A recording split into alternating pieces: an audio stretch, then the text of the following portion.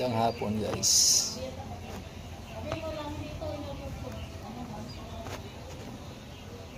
Ngayon po ay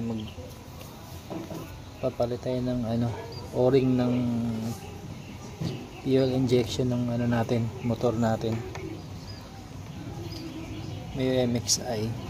Bali madali lang naman pong magpalit na Ayan.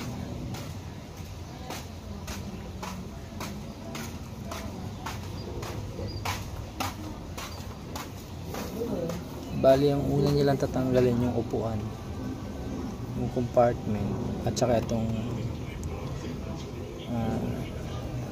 air filter box. Ayan.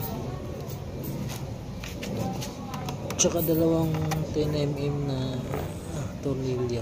Ito isa dito sa gilid.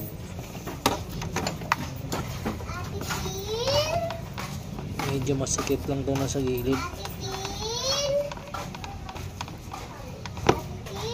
Ito yung isa. Yan. Yan. Tanggal na. 10mm. Tsaka yung isa dito sa ibabaw. Hindi na sa mama. Hindi na umaga. Saan ba yung pumunta kami na? Saan yung pumunta? Loob. Kumain kayo? Nanalo? Ayan po, matatanggal yan na. Tsaka itong pala, yung hose ng breather. Yan. Tanggalan natin.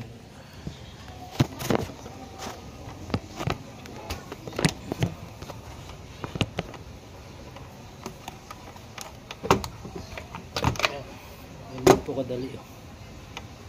Tanggal. Tapos kuha tayo ng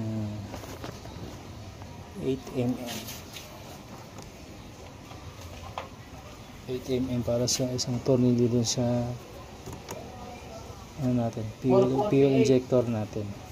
Ito.